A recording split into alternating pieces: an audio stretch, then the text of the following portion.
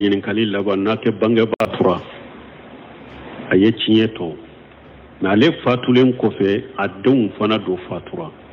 den minnu fatura ale fana fatulen kɔfɛ k'a sɔrɔ tiɲɛ ma tila u n'o yɔrɔ bɛ tiɲɛ la ou bien n'o yɔrɔ t'a la san'an ka se o jaabu ma n balimaw banbagatɔw u kɔfɛ mɔgɔ minnu tora diɲɛ kɔnɔ a ye sira la ɲɛ dɛ a ye sira ala ɲɛ a k'a dɔn ko a ka banbagatɔw fatura cogo min a fana bɛ fatu o cogo la kɛlɛ a filanan a ka banbagatɔw fatulen kɔfɛ hamina koba bɛɛ kana kɛ nin nafolo ko ye a ka hamina ko ka kɛ a ka hinɛ a ka banbagatɔw la a ka duwawu k'u ye hami kana kɛ nin nafolo ninnu ye a sabanan mɔgɔ minnu bɛ fatu k'u kɔfɛ mɔgɔw tɔ ka tiɲɛ tɔ a ye sira ala ɲɛ a ka hinɛ banbagatɔw la k'u ka juru sara tiɲɛ tɛ mɔgɔ bolo fɔlɔ ni juru ma sara dɛ mais sisan fana ni banni kɛra dɔrɔn ne bɛ hakɛ joli sɔrɔ a la anw ka nin yɔrɔ ye juma ye anw bɛ don tiɲɛ la wa anw tɛ don tiɲɛ la wa balimaw ni mɔgɔ fatura tarika u b'a fɔ min ma tarika a ye min to a kɔ ala ye hakɛ damadɔ de fɔ olu de bɛ bɔ tarika la fɔlɔ ni min tora dɛ o ye tiɲɛ tabagaw ta ye ni fɛn ma to ala ma garijɛgɛ don a bolo a fɔlɔ ye juma ye n'ale yɛrɛ banna fɔlɔ ni mɔgɔ ma sɔrɔ silamɛw la min b'a ka sukow baaraw kɛ fu a kooli a kasankali kaburu seni ni mɔgɔ ma sɔrɔ minnu bɛ ninnu kɛ fu an bɛ ninnu de bɔ a ka nafolo la fɔlɔ ni o bɔra ye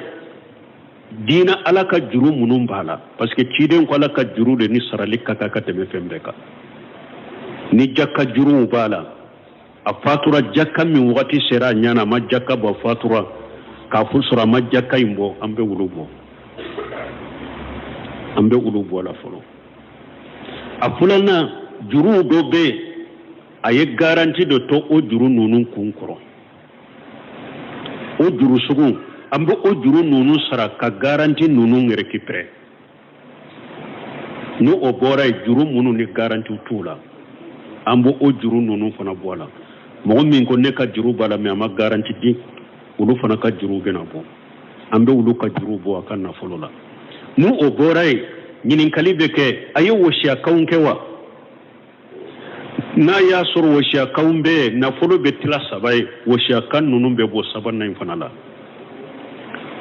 nin bɛ kɔfɛ de sa ni min tora ka garijɛgɛ ye o ye a b'o tila mais ni banbagatɔ fatura i fatu dɔn ɲɛjiw filɛ dɛ dɔw b'a yɛrɛ bɔ yan fɛ k'a yɛrɛ bi yan fɛ k'a yɛrɛ bonya ka kasi yan fɛ mais ni e suturala ni ko nana bilo ko juru b'i la ka bɔ nafolo la ayi o tɛ se ka fɔ a ye k'i na bɛ min e tun bɛ kasi min na bɛ min e ka banbagatɔ bannen tun bɛ kasi min na bɛ min ciden ko ni mɔgɔ sara a ko ayiwa a nin dilolen de don ani nɛɛma nin ni lafiya min ka kan o tɛ sɔrɔ fo ni juru minnu b'a la n'o sarala n'o y'a sɔrɔ e ka banbagatɔ ka hinɛ bɛ e la su kelen bɛ tɛmɛ ka juru t'o la janko e na banba ko juru tɛ sara an ye den ɲumanw dɔ ye mais nin yɔrɔ mɔgɔ min sara k'i denw to fantanya la bi anw y'o ye o tigila mɔgɔ dɔ banbagatɔ sugu de hinɛ bɛ don a denw na ka tɛmɛ nafolotigiw kan n ye dɔw y'a fa fatura fantan dɔw fa dɔrɔmɛ si t'a bolo a tun bɛ faransi a nana a ko fa terew ma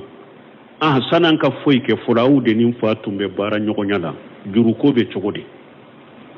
u ko tiɲɛ la an ka baara ɲɔgɔn dɛ karisa o juru b'a la papiye filɛ 5,000,000 a y'a ka 5,000,000 jate ka d'a ma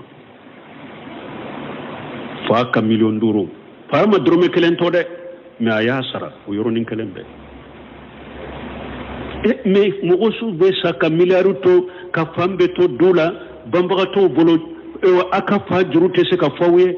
a tɛ se k'a ka fa ka juru sara ni ye balawu sugu jumɛn ye aw tɛ sa wa hadamadenw ka sabali dɛ donc an bɛ min fɔ banbagatɔw kɔmɔgɔw ye nin ka kɔlɔsi jamana in kɔnɔ dɛ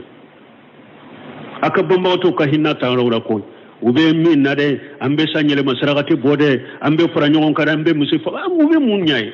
munun ka hakke bala fula to lu bala fulo ulu de ka geleni ni bidia saragati bonyere me fe mo fe ni afari fone bola we ni bidia saragati bode kasori kanka minke ala ye minyere wajibi ka kakadere ala ye minyere wajibi ka fulo itoake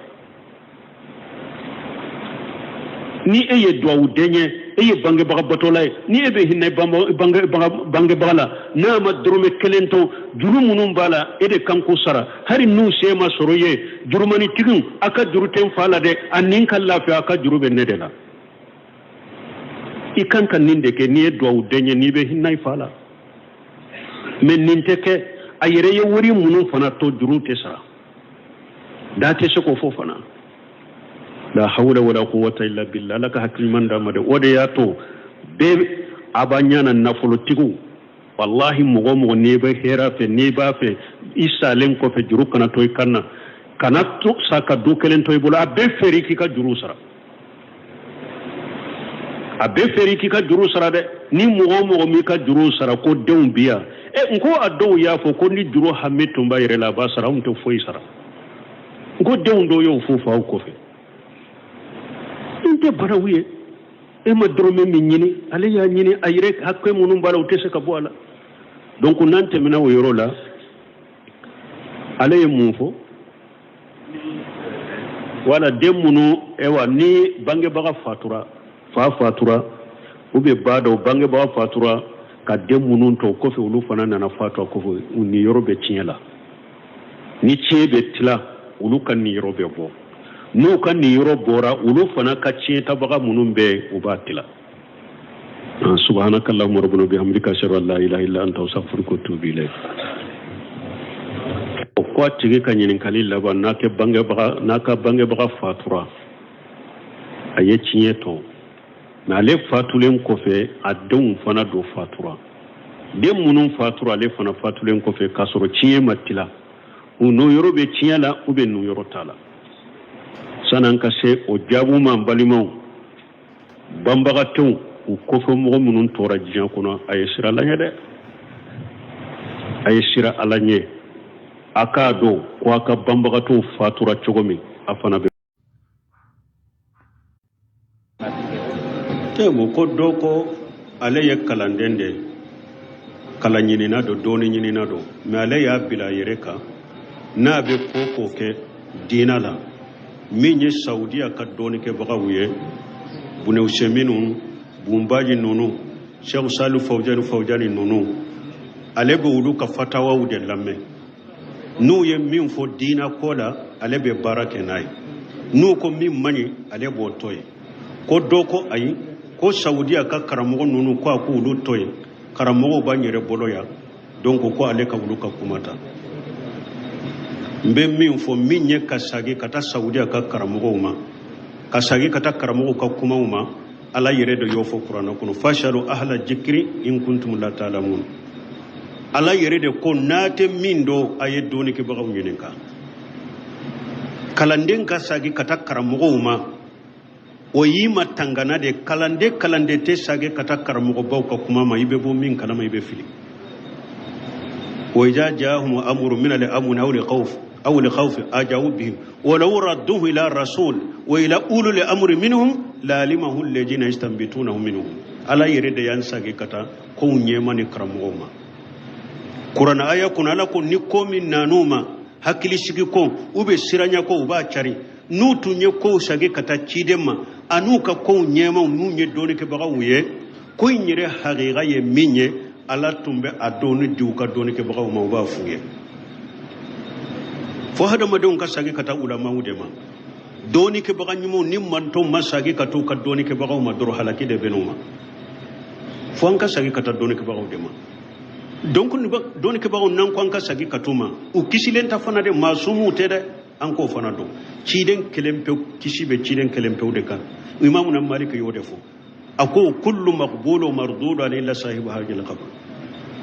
mo kelen kele bejiya kono ambika kuma udomina ambika kuma udobila imamu na malik yo fo ko fonnin kaburu tigi cide o ya sora be ciden ka kaburu koro amma fo saudiya ka doni ko te katawde ni u katawra yoromi u nyogona doni ke baga yu ka kataw banga yoromi o kataw bila me undu benna sababa mu yoromi qur'ana ne hadisa unno mina iku ka kuma mina ikatugo ko ka barakena o ba fu ko karamogo be yanka karamogo yere munu gujjate ko karamogo tara kalami jonyu kala ha ko chaman tara kala saudiya kanade ambe min fo awun ta fo karamogo tede ne be min fo saudiya ka karamogo ulama baladil haramaini qur'ana ka doni sunna ka doni ala fahamu sarafu salih ala nya siranyaka tilenyaka dusukunjeyaka ala ye min ke saudiya ka karamogo ya mas ke karamogo she yoroshi illa man rahim rabbi ala yuke karamogo de jinya ka sagi yoro de jinya ka marja de saudiya ka karamogo ye ala yuke karamogo ye jinya fantanani be naman be min na be sagi ka tawru de qur'ana doni haqiqa ciden ka hadisa doni ala fahmu salafu salih ka dini alanya siranyai nte hada madenje nyinina nte sira hada madenye nte mudahanala masala hakote ala tayi minye ciden tayi minye kafo anyema komi salafu yafo chogomi ala yoke saudiya ka karamogo de an ka karamogo ya ni ye mun nyininka ni abe kutubala be min fo mauludi kola akele in kele na kele abe min fo ye mauludi kola ko kele unte jombo nyininka jama nyana be min fo maulidi kola ikele na kele ni ya nyininka be min fo maulidi kola ko kele unte karamogo jamfanti karamogo de wa joyoro nyinina karamogo to nyinina karamogo parasi nyinina jombo nyininka ikadina kola bi fili anka karamogo chama nyode parce que karamogo ye sabade koy ulama ul milla be ulama ul dawla be ulama ul hukamu be dina ka karamogo be fama ka karamogo be jamana ka population ka karamogo be non semino ko karamogo ye sabade masakew ka karamogo ye de ni masakew ba fe ka ko min ke jamana kono delila bala delila tabra o ka karamogo bu borogu wele foro no be bela o be worita ka duma ni masakew yo ko masinake iba soro atebe dinama me aya soro yo ka karamogo wele ku difafa na man kan wurila dro o karamogo be bo tele una radio la foiten na basitala o be derila karabale unyinala nonu nye fama o ka karamogo de population ka karamogo do be ulu be jamana ka jamade laje jamana dew ngakili na ye minye jamana dew ka famu ye minne ko min kadi jamana dew nye ulu fana ka wajuli anu kanyini kali jabi bode ka ninye jamana ka jamaka karamogo de ala ka karamogo te ninye ewa jamana falendo nin karamogo sugula abe jama min na do mi dro min kado jamaye aka kutuba be ko de ka min kado jamaye aka wajulu be ko de ka aka nyini kali jabu be ke jamaka hakilina de ka nunye jamana ka jamaka karamogo de karamogo sabana ulama wuli millatu dina ka karamogo ale tayede qala allah qala rasuluhu qala sahabatu hum uli rifani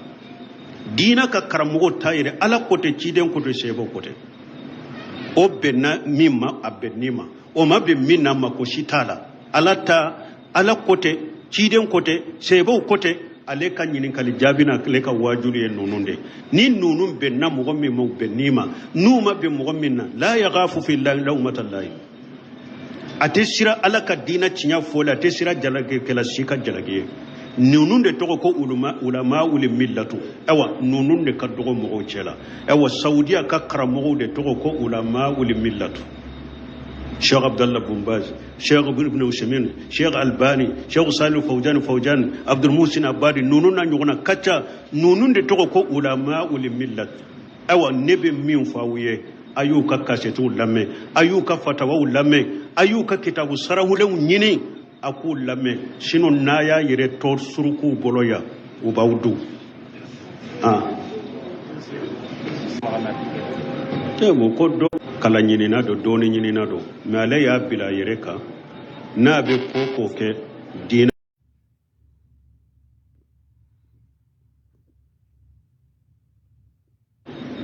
doto nyenyin kaluke kaboko dwara aya soro doya kanyin kalike ya ko mugo bake kafo ko derisu munun bake kake misirula sunna mugo be derisu munun ke futuru ni safoche ube sungalo ko bake ka derisu munun di ko nunu nye bidia de ku tunte dina ko ambe mun fondina parce que min ye bidia mugo ni filibanti jamakulu ye ulu desera de chosi sa sunna mugo la fo jakwa munun ko sunna uba fo on be bidia la de fo jakwa am fana ka bidia bo ubolo e da te se ka fenke bidia ko ni min te bidia ka fo e ka filibanti ya fora e ka bidia ya fora ko fem min be sunna mugo fana bolo be o karaba ko bidia ko te se ka ke ebe filibanti ya de la ebe munun ke de la de be sunna mugo bolo ko bidia u de do lesirtu la dina la mais ete se ka sunna mugo ka baraw jaw ke bidiya minte bidiya Cheikh Abdallah Bumbaji nyinin karanin sanan ka Bumbaji ka kuma foforo balmum ambe min fo kalan kala kera aw nyabe doni la tawsirin wula hadisan wula shebo tilela tabina tilela be kalan nan misiri de kono salafu saro kalan yoro wore tunte wulu ya soro kalan so tewo Qur'ana tafi jujoro tuntu dama madrasa so sunte jamia tunte kalan kala kera serafu katilela doni dira nyogomo ya beddi nyogona misiru do kono kala nyoro wore tunte serafu la ni misiru kono na were tew uluka doni beddira nyogona misiru de kono maliki nunun tumbe deresu de cide ka misiru la madina de deresu de tumbu bolo misiru kono madrasa une kala nyoro nana amde tilela bidia konite ko kuraw de siraw de ko mo de me donila bidia te madrasa u fanaye me sarafu salu te madrasa so yeredo ute jamia udo ute qur'ana dursiro udo misiru kono na ute uyuka kalambe ke misiri de kono mo ba fo ko ka deresu di misiri kono be se ka ke bidia jogo de wala o ko fe Cheikh Abdallah Bumbaji nyinen kara doya nyinen ka ko misiri dola wulu kalimami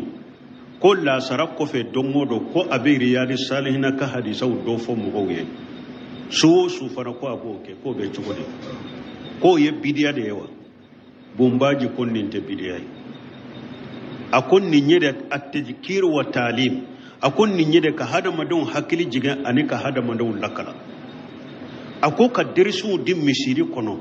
akera la sara ko felay akera safo kofelan akera wakati ya ko ka derisu di misiru kono o yede mugo la kala de o ye konyuma de akote bidiya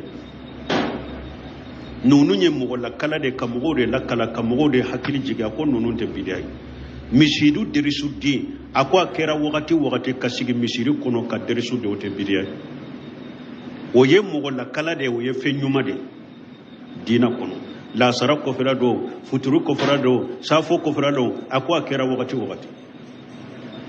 awa ciden fanaka hadisa sahalen be ma istama qawm fi bayti min buyutillahi yatluna kitaballahi wa yatadarrasunahu bainahum illa najala alaihim ash-sakina wa khashatuhum rahma wa jakarahum Allah fi man indahu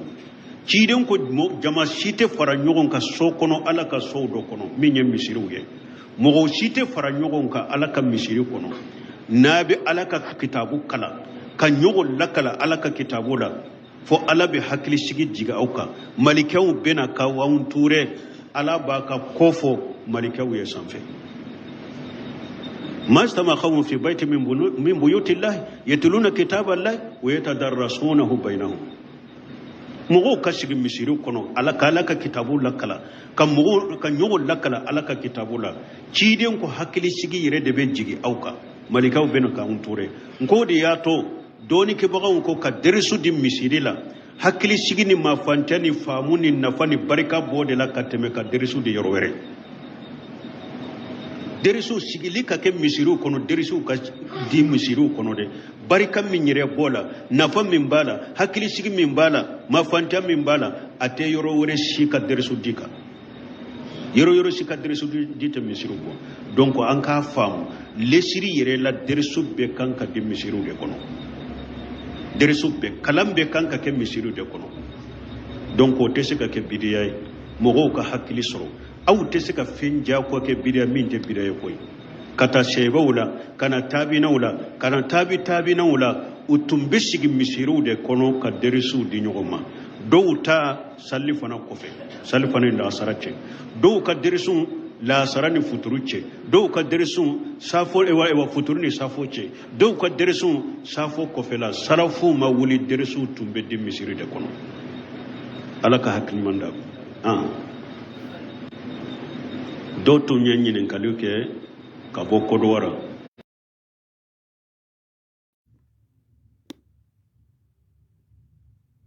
bo ko banni kola da dobe gudu ko ni banni kera ube uli ka delili ke ko waru ka faranjugon ka akata disu ka mugoma ka su ka mugo demenai ko be chogodi an fule ka min fana ke la da banni yorola ni banni kera yoro min nube mugo wuli ko ka delili ke fi sabilillah ube lada munun fulambolo ni banni kera ko duwa woriw lesirite nonu da silamiya dinala sebo mu ke tabina mu ke tabina mu ke delatula silamiya sariyala min sabatira ciden ko ni banni kera yoromi ukam mugo banni a jueriuka isinamu li ali jafara ta'ama fa innahum qad atahum amrun yashghaluhum an sunu ta'am tumami jafara fatura mutata ka kelela ukasanga nana madina ciden shigiran misiri kono ako aye dumuni jafara shigi nyogo aye dumuni tobi akata di jafara ka mugoma kodo nanu ma min yusugula ka bol dumuni tobi ma sunna ye minye ni banni kera yoromi ulute dumuni tobi kadi mugoma de shigi nyogo aw de be dumuni tobi ishe ko ye minye ika telefona la aw de be dumuni tobi ka bo kata di banni yoro mugoma ukadu sunna ye ninde sigi nyogo de be dumuni takata di uluma puru ukana dumuni tobi usugula leno aw sigi nyogo de be dumuni tobi kata duma ninde ciden ka sunna sallallahu alaihi wasallam me wori bo ciden ma wori fo mo goyde parce que anye min fo munum bu dambi kata silamiya donima ani arabu kan fo wulude bake ka dina yere nyagambi mo go bolo parce que ni eko yoromi wori munum fule ka bo saragati munum fule ka nyini delila taala karamogo doni almami do siglemba kanto ko jafara ka hadisa be ke me jafara ka hadisa nana choko me mogo ka ke wo choko lake dumuni de be jafara ka hadisa la wori bote jafara ka hadisa la de kiden tumbe dumuni tobe fo dommi ko ka dumuni tobe kata di jafara ka mogoma sanu tumbe madina wori je tumbe madina ode tumban ka wori parasilai kiden ma fo ka sanu bo ma fo ka wori je bode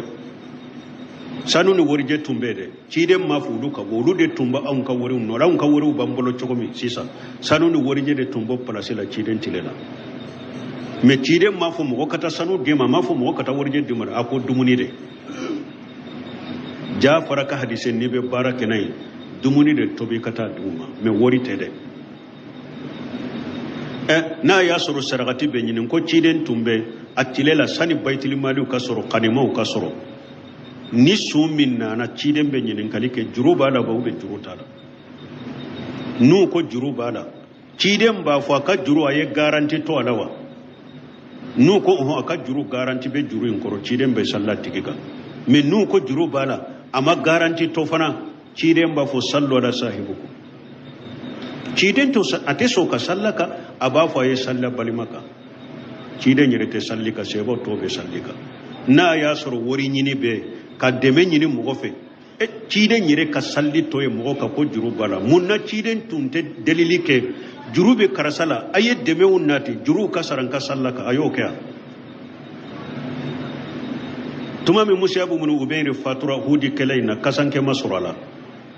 aka fini min bala n'u ye fini do kunyanfa senyanfanw bɛ bɔ n'u y'a dɔn senyanfa kunyanfanw bɛ bɔ nana fɔ ciden ye o ko Musa ibn Umair kasankɛ ma sɔrɔ a la dɛ fini kelen de b'a la fini in t'a bɔ awa ciden ko a ye fini in biri a kunyanfan na a senyanfa ka bi meleke o la ka jigin kaburu kɔnɔ fi sabilillahi ɲinina fi sabilillahi an ka kasankɛ do an balima la o ɲinina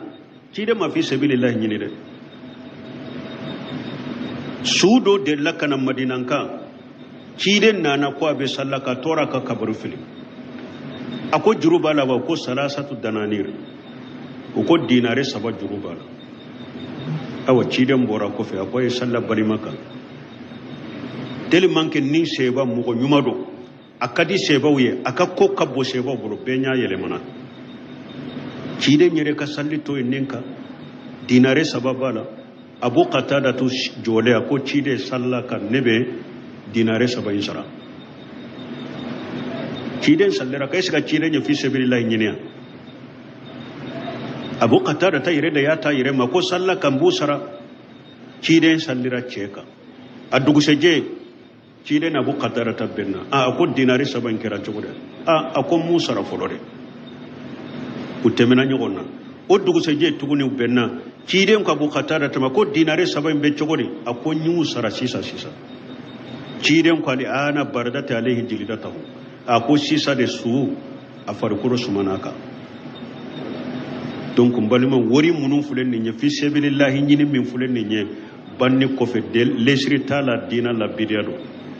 amma fos e mo kana su ka mo demede doni ke bago ko nim mo banna aye mo munun to akofe fantawndo dese bagato de do amma fo mo kanu demede me ka fi sabilillahi nyini jama'i na lesri to la ni e ko eye tigiye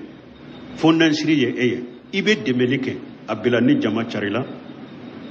ni jama charila wakati mi hakke min kan no goyima atai ka do ka jifa kono ikata akaso kono ikata ka demba yala karasa fatura ne ya do seta wuye ni wori hakke fule aya yire demeni ni bashi benina bashi tenina menna dira jama'i na wuluta besoro yere ni ya di jama'i na uta besoro parce que jama min sigilen fule delili munun fule ka ke fi sabilillah mun fule ka ke bandi yoro wala sisa nu ya fara dina do ka dina dote bidiya lesiri tala dina la ni e ko iban nan kariya sisa alimamu yere min be abikele wajuli kala min be abikele nyama kala munun be nu be ko fulata ka wori nyine ka fara wulu bikele parce que ni benni yoro de be wori na ni wori fara la nyogon kalima min sallira suka go tata ka damade wajur kelam min be wajule la tabe takadama de munun fana be wori fara nyogon ka utabe takaduma de wodi atun be bi kele atesika suka mo nafa ewa nu yado ko wori fara la nyogon ka dera demba ya mamu wore fana be ke dumuni kelaw fana be ta sofa tewto ko wori soro law ko ye wori chamande fara nyogon ka ubeta du fa de fu ko wori ndu ka battewde sino iteta donc ni wori fara min fulen ni mi sabilillah ni min fulen ni lesri tala dina la de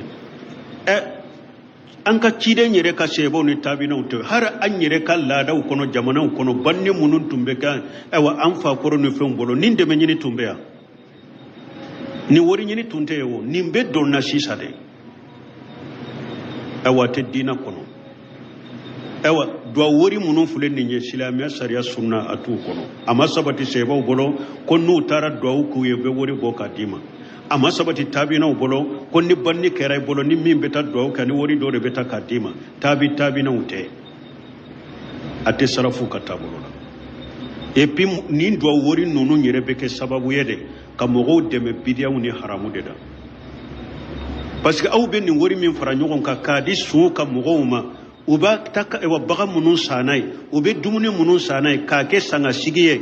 du kono ye bidia de yo ye haramu do ye ayu deme haramu da ni wori boli ka duma ayu deme haramu ire ni bidia ire de la